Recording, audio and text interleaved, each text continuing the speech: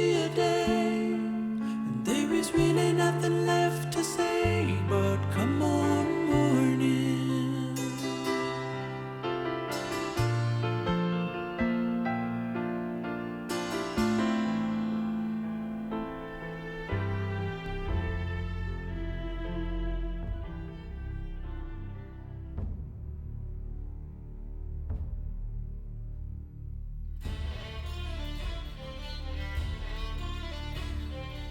To frack or not to frack Western Maryland really is the question playing out on a stage that stretches from the community of McHenry on the shores of Deep Creek Lake to Annapolis, the capital in the Chesapeake Bay, to Baltimore, the port city and media hub of Maryland.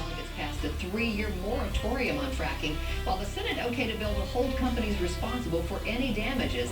Each bill now goes to the other chamber for consideration. What is the necessity of this panel of experts? It will effectively destroy what everybody in Maryland knows about Western Maryland, which is Mountain Maryland. It will destroy the mountain getaway for millions of people.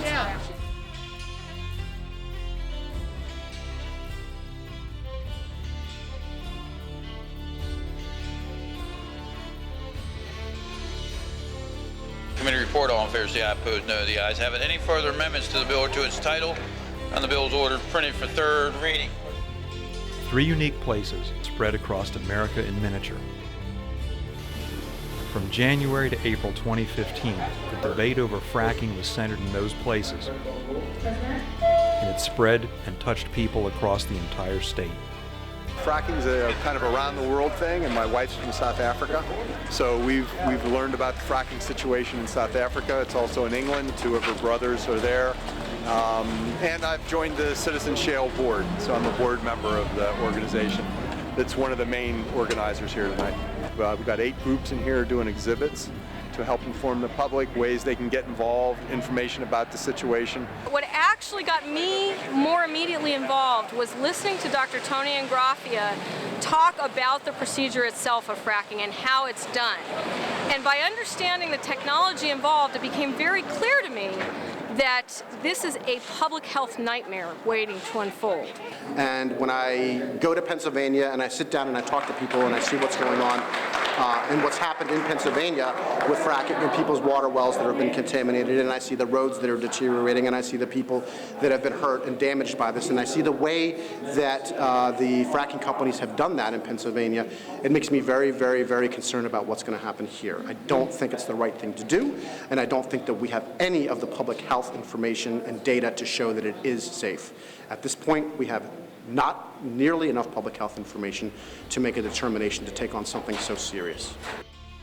Friendsville was probably the community that we've heard the most opposition from. A big concern of Friendsville, I think it's a legitimate concern. What happens if the Youghiogheny River gets polluted? And that's their their lifeblood down there.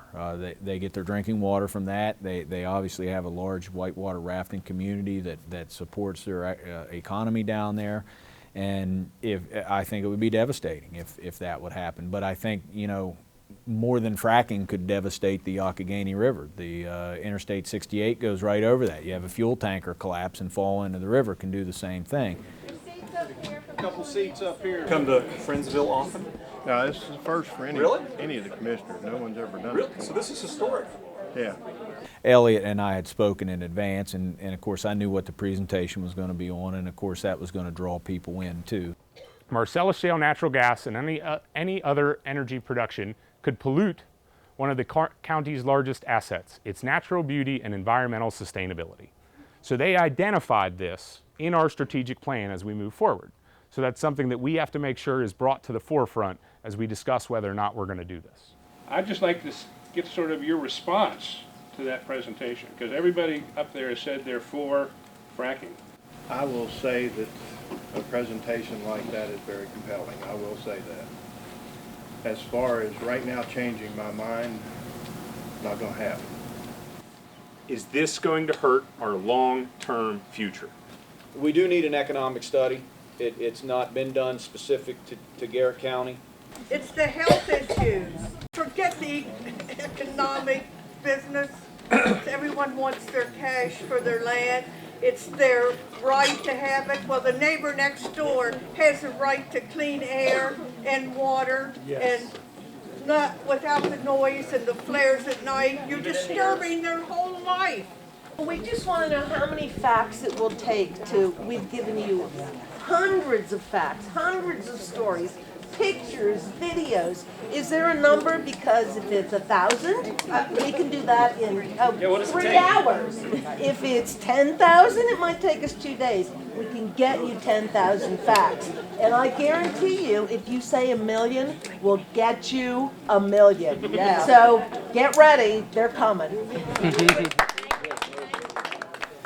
You have a room full of people here who many have been engaged in this for 5 years or more, and please look at this room as a resource of people who would much rather work on something more positive than this and help you. And I'm actually glad there were so many people there, because I'm a former teacher, still work in the school system, and I taught government, and you know, I want to see people active in their community, and I want to see them be involved, so I was very pleased with that. Everybody has their own visions, their own ideas. And so many people just want that money, and they don't care what it does to the people around them and their way of life. Do you think the commissioners are hearing you? No. And I think the commissioners have their mind made up. Yeah. This has been the most divisive issue I can remember in county. I didn't expect the veracity of it. You know, the whole thing comes down to whether or not you think it can be done safely.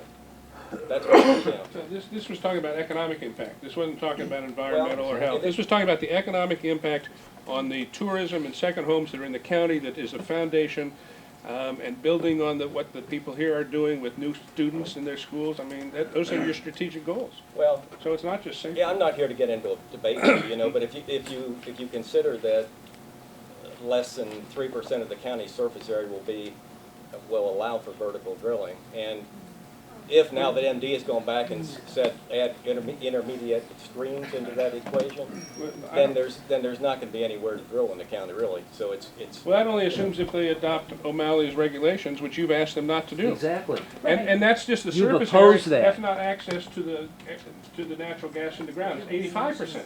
So it's those kind of things that are sort of misleading and almost seem disingenuous in terms of trying to understand what the issues are. This is such a unique area to live in. If you want something else, you want the industrial area, go to it. Leave us alone. There's plenty of other Commissioners are still in a huge denial. And I think that the outcry from this is getting louder and louder. The question now is whether the commissioners will represent all of Garrett County, or if they will bend to the political pressures that are being applied to them. I want to know what somebody right down the middle says about it. I've found very, very few people, if any, who are sort of middle of the road. You seem to really either be for it or against it. See these maps? Yes, sir. Okay, they weren't prepared by me. They were prepared by supporters of another bill that we're going to oppose. These shaded areas represents where WIC participation is high. So in other words, the residents in that particular county and Allegheny receive WIC. Now you don't receive WIC if you're a professional making $80,000 or $90,000 a year. That tells me you either got a low-income job, no job at all, or you're on Medicaid. Okay. So yeah, when I sit there and say that Garrett County is economically depressed, I think these maps show that. What you guys are proposing is that we wholesale start a new business venture with no plan. So we had Governor Cuomo passing a ban on fracking in the state of New York just weeks before session started in Maryland. And it really just got all our team in order. You know, it really put us in this really strong mentality that we can really do something big in Maryland in 2015. We ask that you would empower us with wisdom, that our thoughts, that our words, that our actions would be pleasing unto you, that we would continue to grow as a body. As I learned more about fracking and read what happened in New York and read what happened in other states. And then we found that we have a kind of shale, Marcellus Shale in Maryland, that is open to the idea of freeing up the natural gas if you pour lots and lots of chemicals in it. I found there is no way to avoid contaminating local air and local water. So I put in a bill asking for a 10-year moratorium so we could study it. The front runner, the bill that had the most advocates working on it, that had a coalition behind it, was the 8-year moratorium on fracking. What we want to do is put a moratorium on fracking for 8 years until we can study the issue and make a knowledgeable decision about this. Now, New York had the same issue, and they studied it as well, but they studied it from a public health perspective. They did the responsible thing. They looked at it as protecting New Yorkers. They looked at it as protecting kids in New York. We haven't done that. If this body does not want to frack, then let's call a duck a duck. If you don't want to frack in Maryland, why don't we put a bill up that says no fracking in Maryland? Do not continue this charade that we're going to study it until we get the answer that we want. Thank you, Mr. Speaker. The most important thing that we're learning from this is that there needs to be more transparency in our business in Garrett County so that we can have a voice here, because the people who have been sharing information have not been sharing it accurately. And there are many people who we've talked to in the last couple of weeks since this has come onto our radar that have said that they will pick up and leave the second one of the wells goes in. So, I mean, I understand the issues associated with fracking, but there's nobody fracking in Maryland. Do I believe there's some issue with fracking? Yes, I do. Is it safe? I don't know. Is it not safe? I don't know. It doesn't appear to. But the issue remains that nobody is fracking in Maryland. That's the issue to me. Senator Zirkin brought forth a bill that really looked at the legal aspect. He is a lawyer by profession, and he's very, very passionately anti-fracking. So I know that he wanted to take on a bill that really came from his perspective and his experience. So he brought forth a fracking liability bill, which is really the first of its kind in the nation. And so the idea is somebody gets hurt. I mean, it specifically says that these chemicals and the amounts that they're putting into the ground are not trade secrets, they're disclosable, they're discoverable and admissible in evidence. So, I mean, it's a number of things that deal with the legal processes. There are 24 or more states, about half the states and unions, have drilling, allow drilling. No other state has a statute like this. Generally, the courts have decided this. They decide these decisions. You have Attorney General's letter, I think, sitting in the packet, which I think one of the delegates alluded to. It has the 6 factors that a court would look at to decide whether something should have the strict liability standard applied to it on that. Aaron Cox of the Baltimore Sun reported that Attorney General Brian E. Frosch entered the fight over hydraulic fracturing in Maryland on Wednesday, urging state lawmakers to pass a bill with liability standards so tough that critics and some supporters consider it a de facto fracking ban. Frosch said, "I'm not sure it's a de facto ban, but it poses to drillers, if it's really safe, go ahead and do it." And the last handout I would point to is that there was also a risk analysis done by this commission.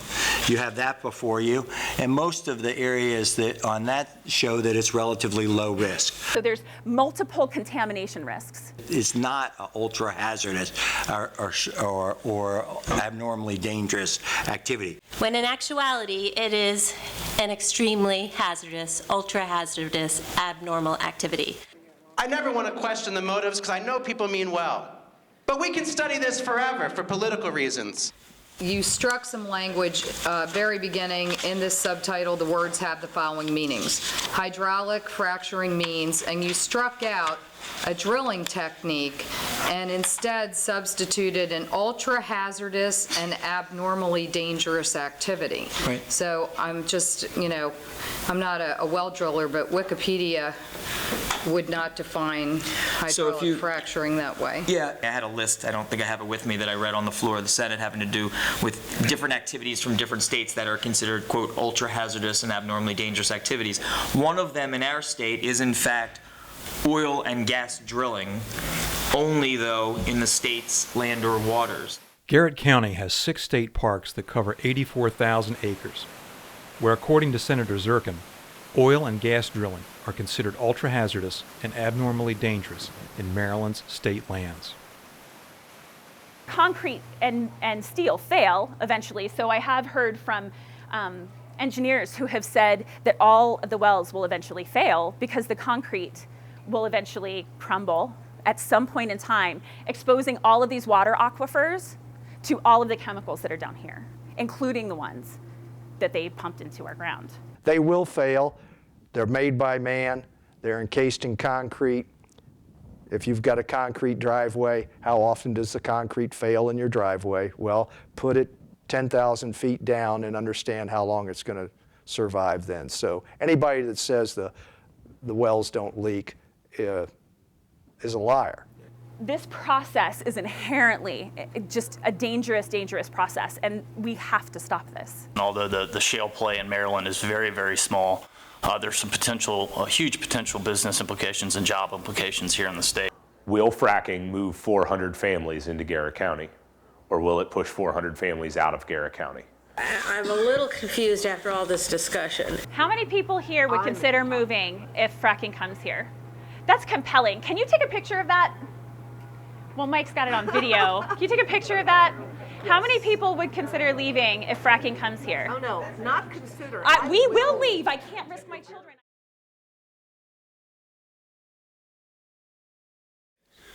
My question, though, is this language regarding trade secrets. And am I correct that there are legitimate trade secrets in the industry related to fracking? There are definitely trade secrets that need to be protected within the chemical industry, absolutely.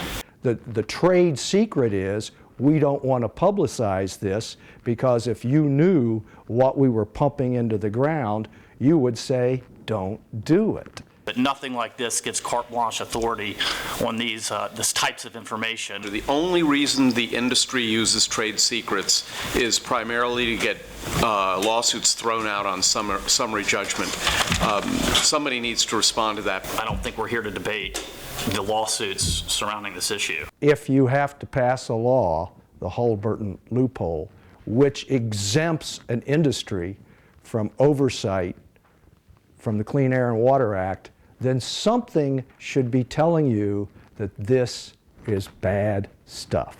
I mean, it is important that people have health information, God forbid something happened, but it looks like that's actually being tracked. That site first started as a voluntary site that the industry set up because there were concerns about the information. As a physician, we can't practice without knowing what is being exposed to when we see our patients, and we need to have this information. And this bill would also create a liability fund so that companies that engage in fracking would be liable for any health and treatment costs that could result for folks in our community. At the commissioners' meeting, somebody asked about what kind of fees were we going to charge for businesses to put up these wells. And well, they didn't have a number worked out yet, they didn't have a fee schedule, but they would make sure that they would charge enough so that within a year and a half, they would have enough money to handle the first catastrophe.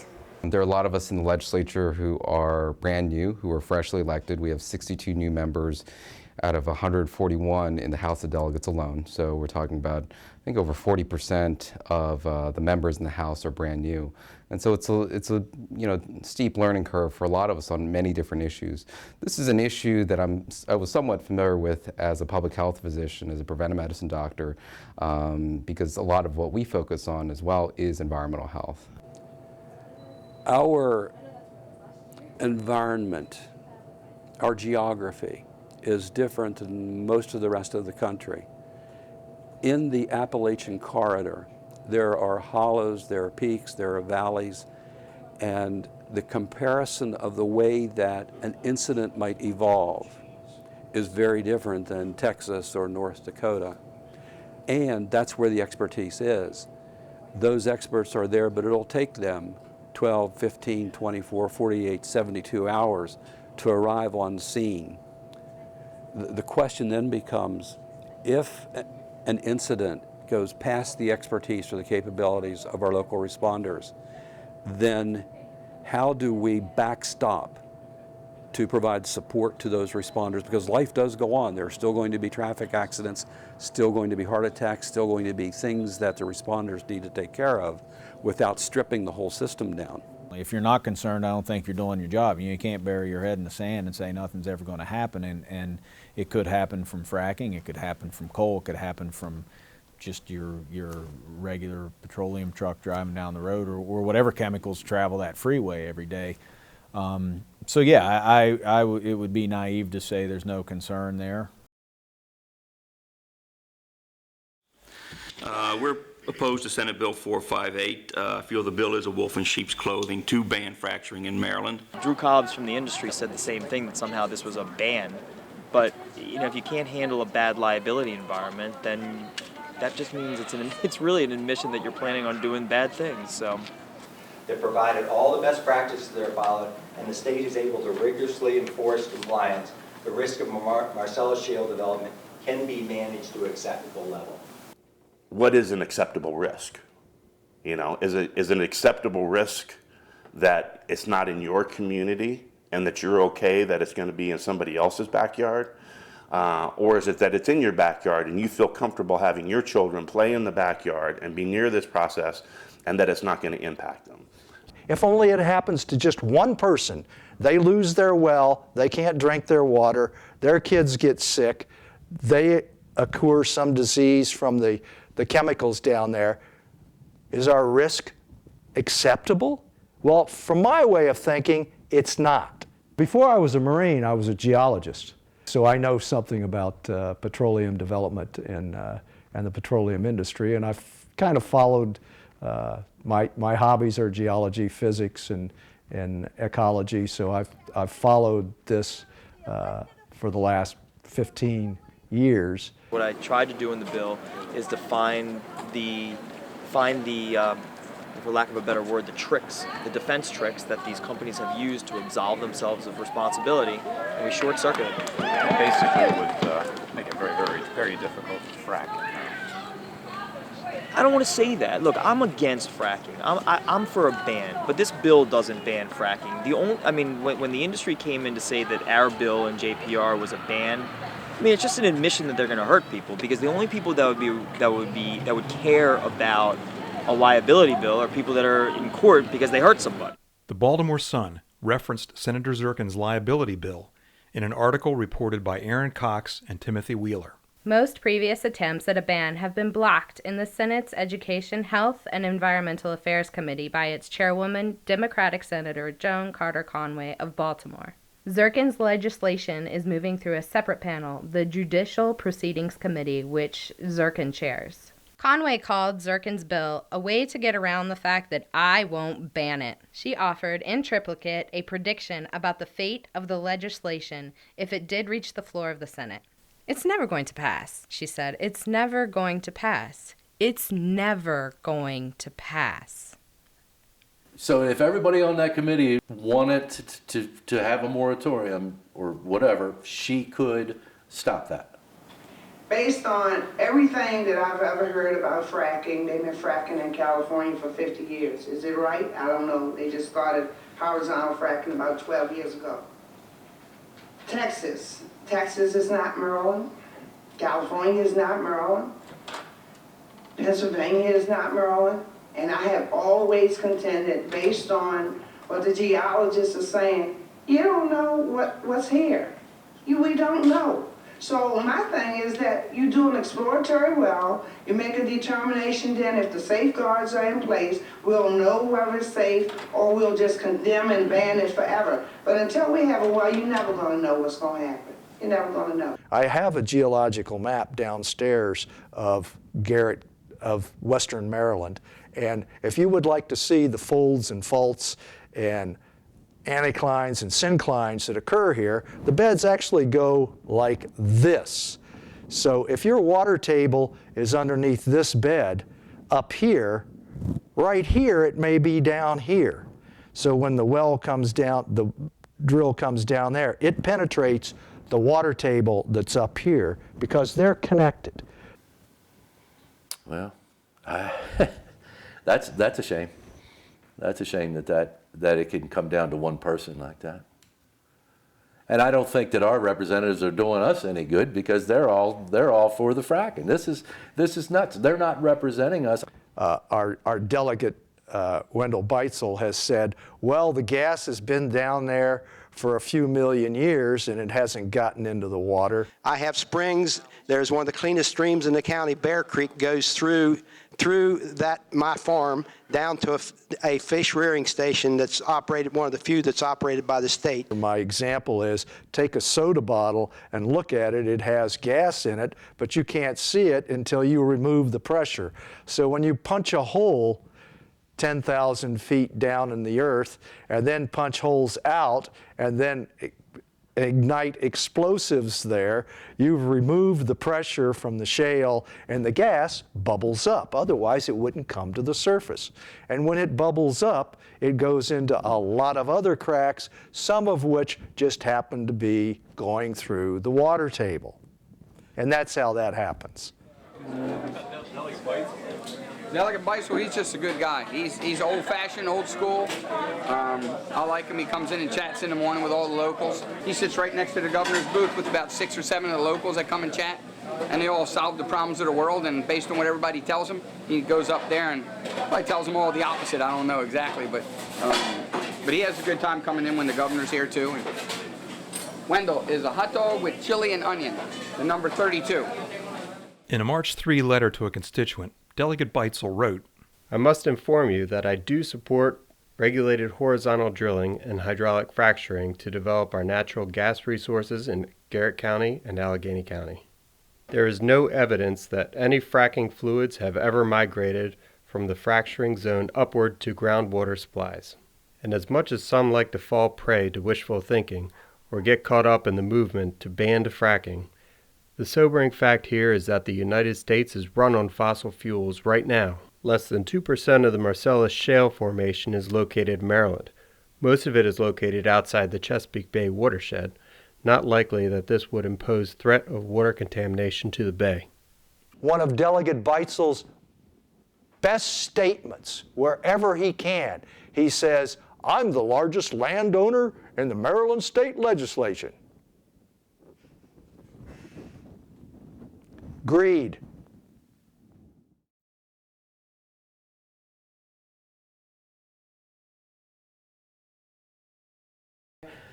And I've written them all, and I heard back from Edwards. Is the only guy I heard back, and he said, "Oh, I know you wrote the editorials in the paper." Well, I have not written a fracking editorial, so I got him back and said, "I'm sorry, wrong Bill Thomas.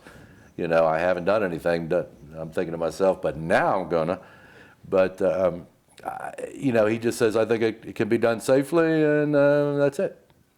I eat breakfast, or ate breakfast, probably 2 to 3 mornings a week with Senator Edwards. And he is a good man. I do not in any way want to imply that he isn't, because I like him personally and I respect him professionally. And he says it's going to wreck Western Maryland's economy not to have fracking. He's a decent guy. I think he represents his area well, but I think he's wrong. Don't wreck Maryland, Edwards! Don't wreck Maryland! Don't wreck Maryland! It feels good to get started and now take it to everybody in the legislature. I think the road is going to be hardest ahead of us, but I'm glad that we made it through this hurdle, because now it actually means that everyone has a chance to weigh in on it. Feels a little more democratic. The goal, there's two-pronged goal here. One is to convince the senators who are on this list here, who are on the committee that are going to be voting on either the bill that was heard on Tuesday, or on the bill if we jump it over from the House, to convince them to push their committee chair, Joan Carter Conway, to allow a vote on the bill. And I understand people's concern, but currently you cannot frack in Maryland. There are no permits here. If they filed a permit today, I would say it would take them anywhere from 2.5 to 5 years, contingent upon the studies, the baseline, the approval process. So, you know, everybody is majorly concerned that when we leave here, that the governor will set regulations saying you can frack. He may not. I don't even think he will do that, but that is. The second prong is an overwhelming victory in the House, all right? The Senate, it's not like the Senate is in a vacuum. They're watching what the other chamber is doing. We know that every single state that borders Maryland is drilling for natural gas and they're doing fracking. We are the odd man out. Pennsylvania dove into fracking. Because they had no regulations. And anyone who could figure out how to do it, could afford to buy the rigs, came in. It's nice to meet you, Mr. Chair. I'm Millie Bischoff, the president of the Garrett County Farm Bureau and the Energy and Property Coalition. I would like you to stick with the process and allow regulations to be established, and let's give this process a try. We are fully on board with studying. We feel that is an integral part of what MDE does, and they need to understand what they're doing what they're doing as they do it, which they have spent time working on, and they need to study it after we start so they can continue to get better at it. You're just going to try it out and then see what happens. And I think before we just try something, we need to actually learn a little bit more about it before we try it out on somebody else's dime. Just because someone thinks there might be a problem does not mean there is a problem. West Virginia, in comparison to Maryland, has not had that kind of data collection capability. They're building it. But in both of those states, the information, if it was collected, was not publicly available. And publicly available means available to the decision makers on public policy. I don't know a lot about pollution liability insurance, but I would think the average company that's doing fracking would be required to have pollution liability, whether they're in Maryland or not. Maybe some of my members are so big they probably self-insure.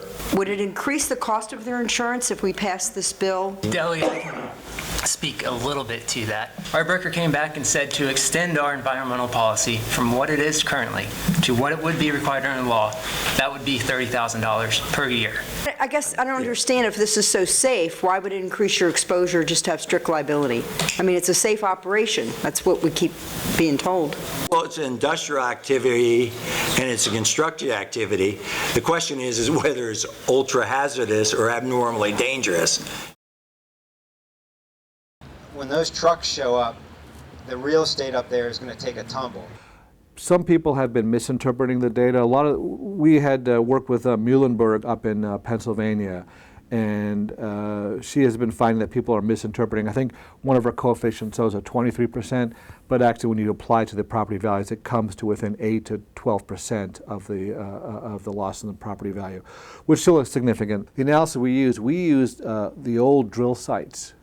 They've been shut down 40 years. I mean, they still exhibited a negative impact on prices. The fact that 40-year-old, 50-year-old drill sites still influenced home prices should be a cause for concern. I, as a realtor, strongly support the moratorium, and the Board of Garrett County Realtors also does. Thank you.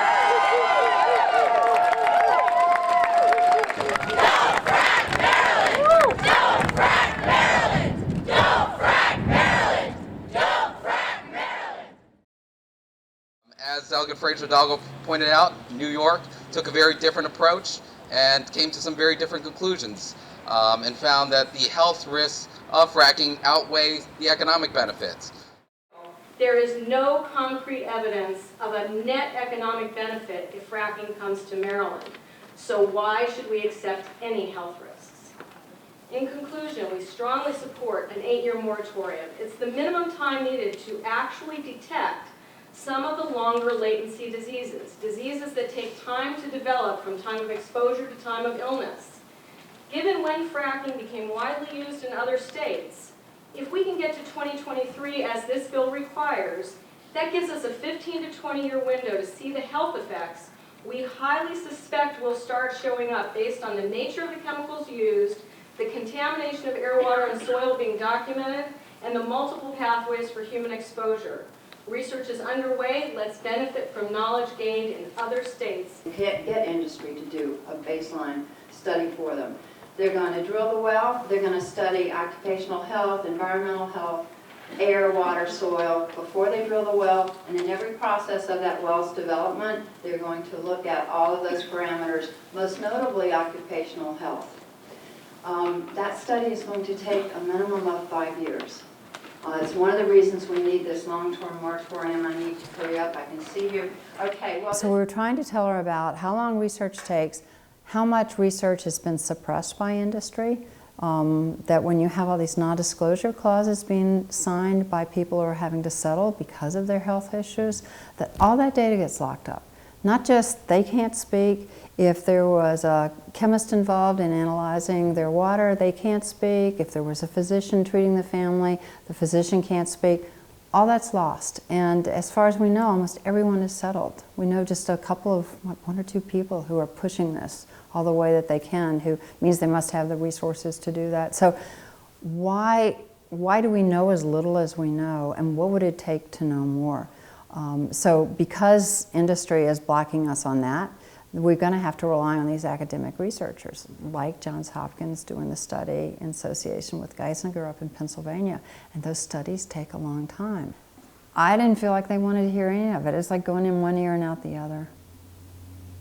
I've spent a lot of time educating people on health, and you can tell when people just, they've had it. And given sort of the recent discoveries that, perhaps fracking does cause some well water contamination, obviously that is cause for concern. When it comes to something like water, that yes, if it were air emissions and you discover a problem, you can stop it at the smokestack. Okay, it's coming out, we're going to stop it, we don't like it. Water, once that stuff gets into our groundwater is gone forever. Reporter Fred Rasmussen touched on why that is so important in this conversation in a 2001 Baltimore Sun article about Deer Park bottled spring water from Garrett County. Hydrologists explain that the spring is fed by a vast underground aquifer that extends some 40 miles beneath Pennsylvania, Maryland, and West Virginia. In a 1971 ad, Deer Park explained that this water is filtered by nature itself as it bubbles from deep inside the earth. I have here a paper with 3 pages of signatures of small businessmen, local people who have B&Bs, people who cater to people who like to go hiking and canoeing. 3-4 pages of substantial citizens, many of whom were small business owners who did not want fracking because they felt it would destroy their businesses. Don't frack our jobs! Earthquakes. Does everybody understand that earthquakes are a very real and proven part of this process through the U.S. Geological Survey? If there's an earthquake, who has earthquake insurance here? And will you be able to be covered should this happen?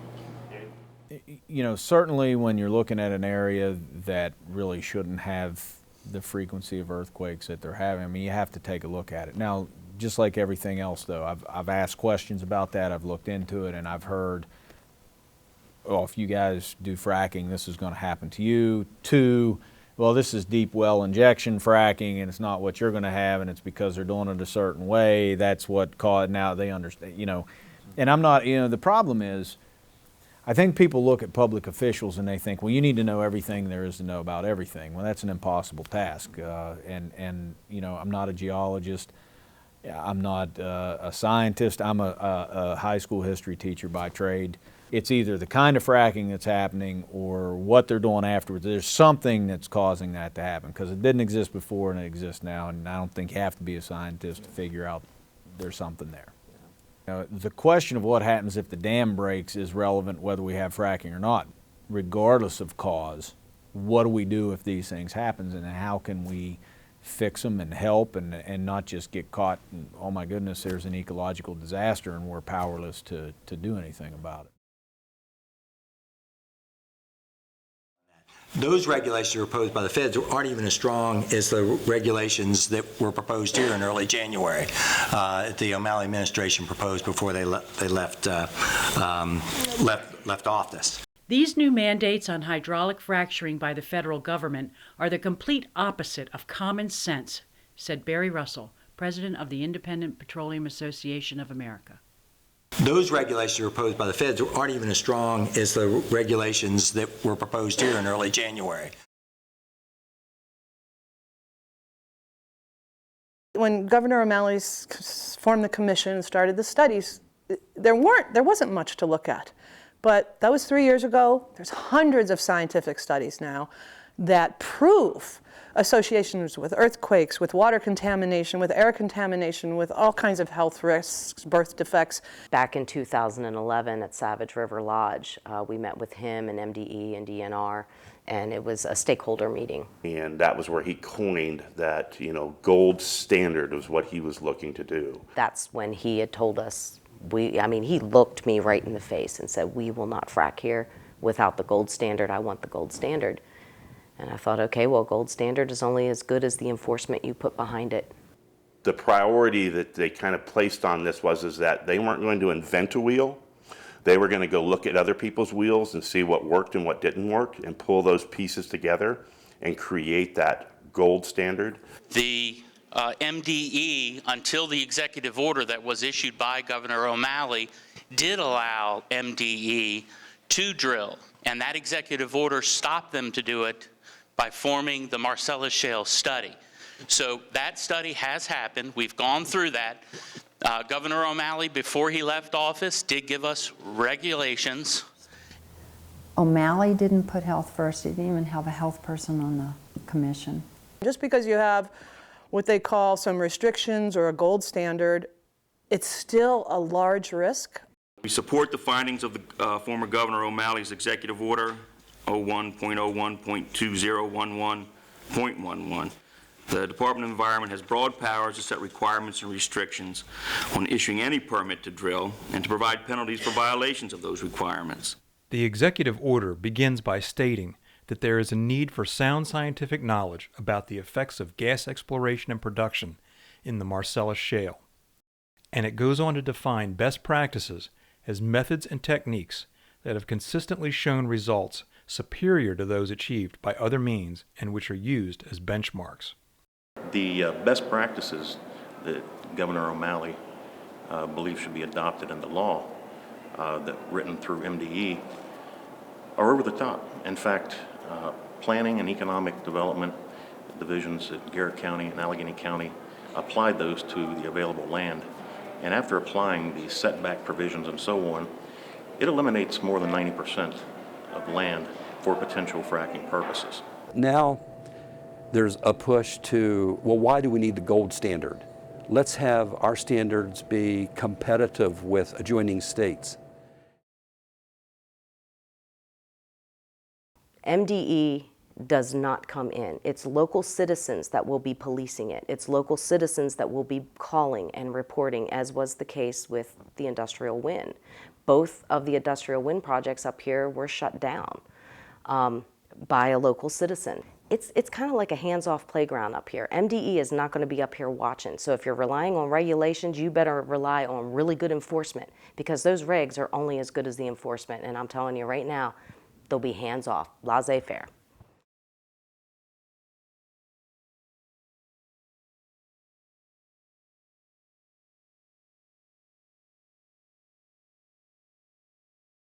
A 2009 article in the Baltimore Sun by Joe Burris reported that the 227 acres of Garrett County farmland that Shane Grady and two business partners purchased for $750,000 last year are teeming with soybeans. But that's not the yield the investors had in mind. We literally bought the property and entered into the gas lease the next day, Grady said.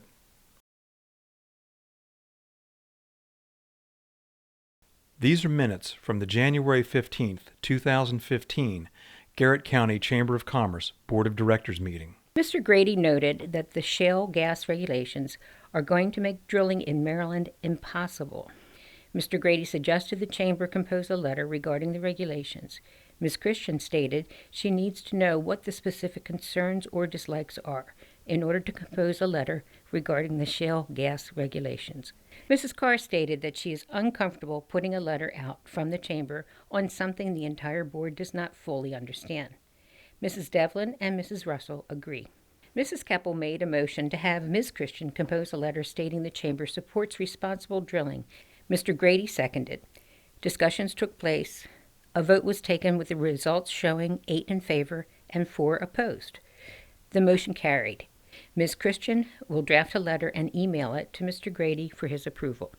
Their board is made up of the leaseholders, lots of them, and they stand to make a lot of money. The legislative committee that tells them the board, so they say we're representing our members because of these small committees whose committee members stand to benefit greatly. The letter, sent from the Garrett County Chamber of Commerce to the Maryland Department of the Environment, reads, Dear Ms. Kenny, on behalf of the Board of Directors of the Garrett County Chamber of Commerce and our 600-member firms, please accept the following comments regarding the proposed regulations for oil and gas exploration and production. We find these regulations to be more restrictive than necessary for responsible shale gas development. We believe that the regulations will actually prevent any development from ever occurring in Garrett County and therefore have nullified an opportunity for direly needed economic development. We respectfully request that the proposed regulations receive further review. The regulations need to provide for the opportunity for responsible shale gas development, not prohibit the development altogether. Thank you for your consideration. Sincerely, Nicole Christian, President and CEO. The Garrett County Chamber of Commerce also published a white paper supporting fracking in 2012. They have never polled their membership. We've asked them repeatedly, many members have asked them repeatedly when they first came out pro-fracking in public, letters to the editor. One of which stated, I own a business with my wife, which is one of those member firms represented. I would like to go on record stating that we do not support this letter either in spirit, intent, or content, nor did we receive any request for input. Our own the newspaper did an editorial about this very subject. The Chamber's statement implies that all 630 member firms are supportive of this position. That is without a doubt not a correct implication. I noticed that so many of the decisions made by the board were clearly not being made by way of surveying the membership, asking us, the board is a small group of people, and yes, I do understand that we elect the board and therefore they speak for us. They represent us. I understand that's how the system works. But I took issue with something as, in my opinion, something as significant as with such potential harmful outcome, or at least, let's say, very controversial, fracking. It seemed to me that that would be among at least a handful of things that the Chamber really should reach out and say, hey, what do you all think? We would like to take a stand on this, but we would like to do it in such a way that our membership is fairly represented, and that doesn't happen. Her answer is, our committees represent our members, and they tell the board what they recommend to do. So, for example, the Legislative Affairs Committee makes those decisions. I recognize that there is some money to be generated by this industry, but at what cost? I mean, I would certainly rethink Garrett County as a destination point for me and my family if all these well pads all of a sudden went in. The Chamber's job is to promote all the businesses who are members and to promote tourism. You cannot promote tourism with the same mouth that promotes fracking because they are diametrically opposed. We were forced to rely on quoting documents because the Garrett County Chamber of Commerce declined to participate in this documentary, refusing multiple invitations to be interviewed. In one reply, Nicole Christian stated, It would not be in the best interest of our organization to be part of the documentary. I also do not believe that it is essential for you to include the Chamber.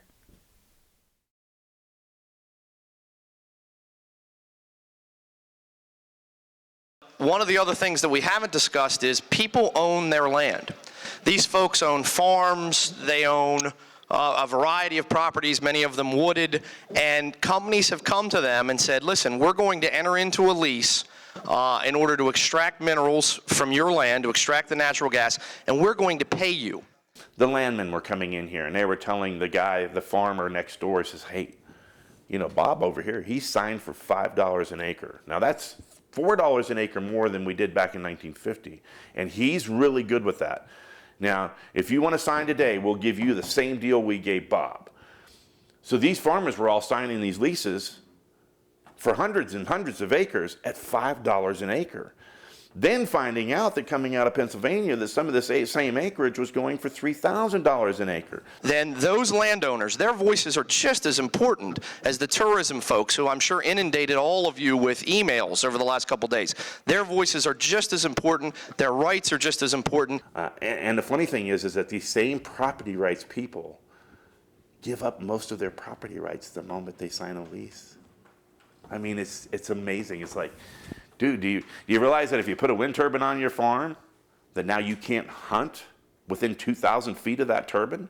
You know, you put up a gas well, same thing. You can't hunt. You can't do this. You're restricted because they now have rights to that surface and what happens there. It's kind of like, you know, when you have the rainbow salesman that shows up at your house, or you watch an infomercial and by the end of the infomercial you're convinced you need it. That's how the gas industry operates. They're very good at getting you to believe that somehow you're going to become a shaleionaire and it's all going to be fine. I'm a constitutional conservative who has a gas lease and allowed a 16-inch gas pipeline to be installed on our 115-acre property. But I began to hear about problems with the drilling. I was raised to trust but verify and decided to go to Demick, which is 15 miles from my home, and I met dozens of neighbors whose water had been contaminated.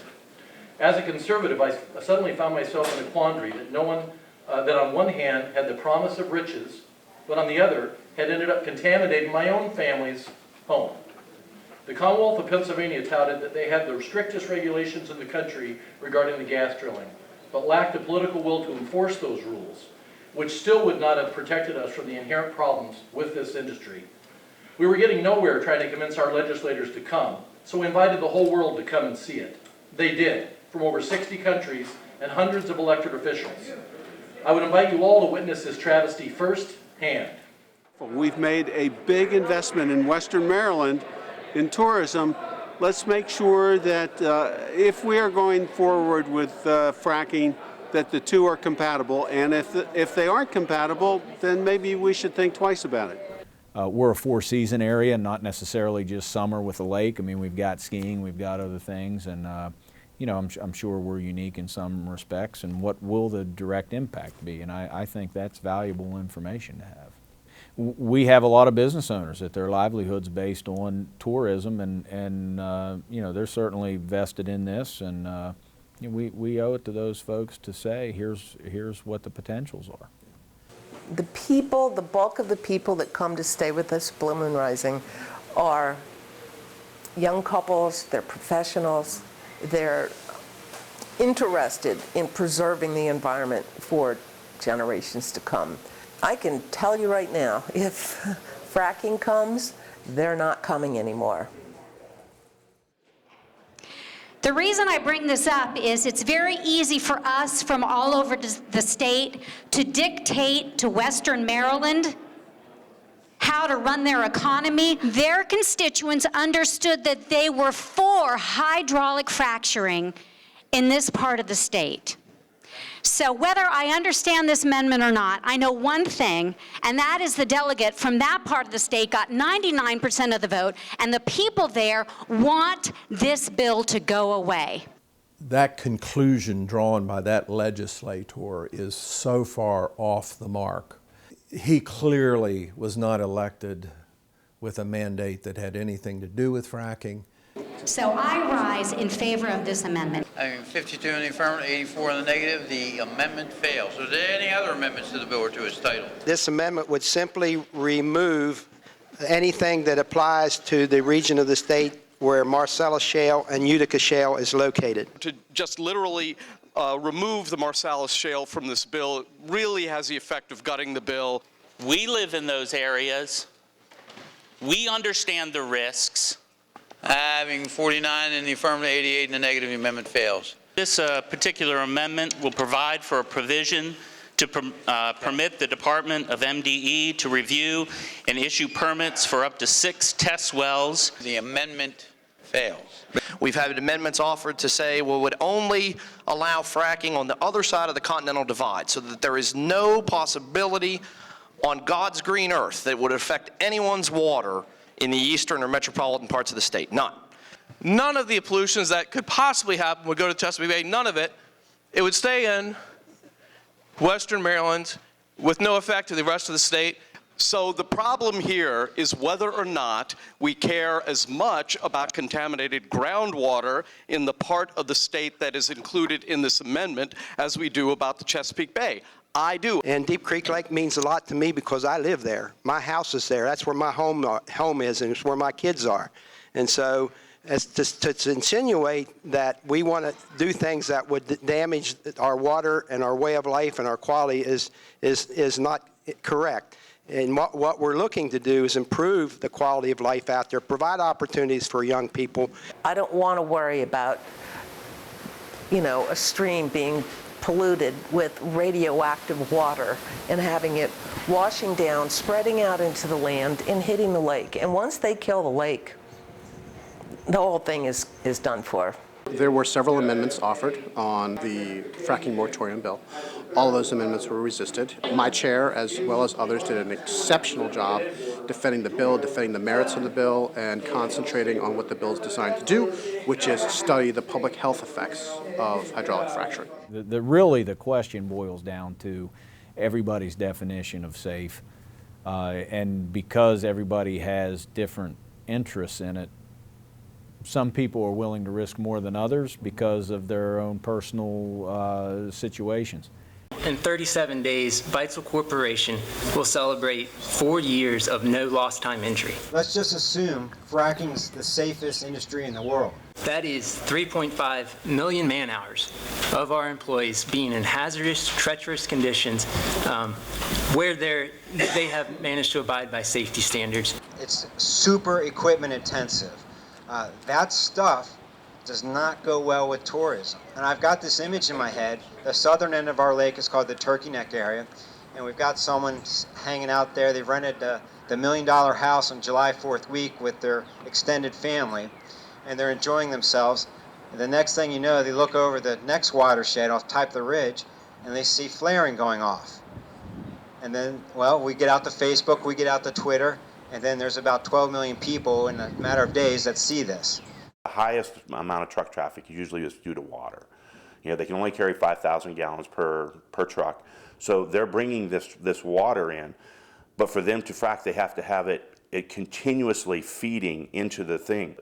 The University of Towson, RESI, had done a study under the RESI scenarios in the 10-year time frame with full development that we would have over 3 million or just up to 3 million truck trips in the county on rural roads that weren't designed for those types of trucks. I don't think we did an estimate of what the roads, what it would cost to repair the roads. Many situations that the trucking company would have to put up some sort of bond or something like that to pay for the roads going forward. But the concern obviously with that many rigs on the narrow roads, I mean, outside of the damage is also safety issues. I think a lot of people looked at bottom line numbers early and said, oh, if we embrace fracking, we can make X amount of money. And then some people said, no, wait a minute, if our economy is based off of tourism and we make the vast majority of our money from tourism, if we do fracking on a large scale, will that decrease our tourism industry? I think that's a legitimate question. So what does the state stand to gain out of doing this? Right now, nothing. So the state has no dog in this hunt other than to receive the personal income tax from the landowner that leased. We talked with a big business owner about fracking, and you know what he said? Once I make my money, I'm getting out of here. It's not losing money. It would be losing my dream.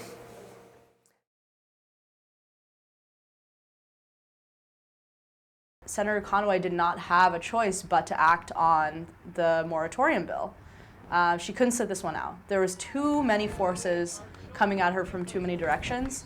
What we were handed over, and we were really handed over, it wasn't like we had a lot of leeway or it was an open discussion on what the bill should look like coming out of her committee, was a 2-year moratorium bill in which she had scrapped all the language on the public health study and the panel that the General Assembly would convene, and instead had put in language requiring the Maryland Department of the Environment to write and complete regulations for the fracking industry to be able to put drills into the ground as soon as that 2-year moratorium is up.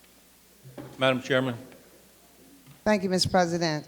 As amended, this bill requires the Department of Environment to adopt regulation to provide for the hydraulic fracking of a well for the exploration or production of natural gas on or before October 1, 2016, and prohibits the regulations that are adopted from becoming effective until October 1, 2017. There are 2 committee amendments. Amendment number 1 changes the title and removes the preamble and makes other technical changes. Amendment number 2 alters the definition of hydraulic fracking, removes provisions related to a moratorium and study, and adds the requirements previously described. Mr. President, I move that the bill lie over under the rule. All right, before we do that, does anybody have any questions about the bill or the amendments? The issue? All right, well, the bill and the amendment shall lie over under the rules, okay? Clerk, read the next bill, please. Senate Bill 422, Senator Rosapap, General. So you went from having a bill that was a moratorium in the interest of protecting public health, a wait-and-see bill, to the complete opposite, essentially, a bill that was a gimme, giving us 2 years, and would regulate the entire state to be able to frack as soon as those 2 years was up. Sometimes it's compromise or nothing. The gas industry brought out all its big guns, brought in people from all over the country, saying how Maryland was a terrible business state. This was indicative of it, that Maryland was anti-business. Why did they do that? I think it's because none of them really want to know what the health is saying, what health research is saying. I think they are realizing that any place where people have put health, or health has been in the lead of how this situation has been analyzed, then you end up with a ban like New York. As a public official looking out for the best interests of our community, I think it behooves us to try to gather as much information as we can, because we don't want to kill the goose that laid the golden egg. You know, just the same as we don't want to pass up an opportunity that might be something wonderful. So I know it's a long-winded answer, and I apologize for that, but I really don't feel strongly. I'm not a super advocate for or against on this. I really am trying to absorb it all, make a reasoned decision. But at the end of the day, you know, no matter how much no one wants to hear this or not, I could be the most strongest supporter of it or the strongest opponent of it, and it's not, you know, basically the state's going to come down and make a decision, and it's going to, you know, be a much higher decision than Paul Edwards, Garrett County Commissioner.